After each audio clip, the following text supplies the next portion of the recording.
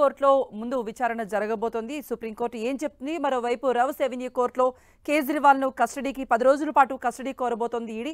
మరి అక్కడ ఏం జరగబోతోంది? వాట్ నెక్స్ట్ అనేది ఉత్కంఠ రేపుతోంది. లిక్కర్ స్కామ్లో ఢిల్లీ సీఎం అరవింద్ కేజ్రీవాల్ కుట్రదారుడంటూ ఈడీ ఆరోపించింది. కిక్ బ్యాక్ రూపంలో సౌత్ గ్రూప్ 100 కోట్లను ఆప్ నేతలకు చెల్లించారనే ఆరోపణలున్నాయి. మద్యం దుకాణాల కేటాయింపుల్లో అవకతవకలు జరిగాయని, మద్యం దుకాణాల కేటాయింపులో నిబంధనకు విరుద్ధంగా గుత్తాధిపత్యం కనిపించిందని ఈడీ తెలిపింది.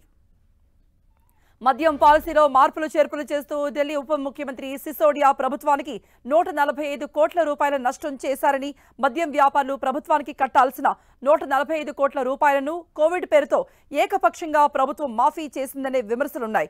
అలాగే ప్రతి బీర్ కేసుకు ప్రభుత్వానికి చెల్లించాల్సిన ఇంపోర్ట్ డ్యూటీని ప్రభుత్వం మాఫీ చేసిందని, L1 కేటగిరీ లైసెన్సుల జారీలో లంచాలు తీసుకుని పర్మిషన్లు ఇచ్చారని ఈడీ తెలిపింది. అప్పటి ఢిల్లీ ఉప ముఖ్యమంత్రి మనీష్ సిసోడియా అనుచరుడు దినేష్ అరోరా కంపెనీకి ఒక మద్యం వ్యాపారి ₹1 కోటి తరలించినట్టుగా సిబిఐ గుర్తించింది.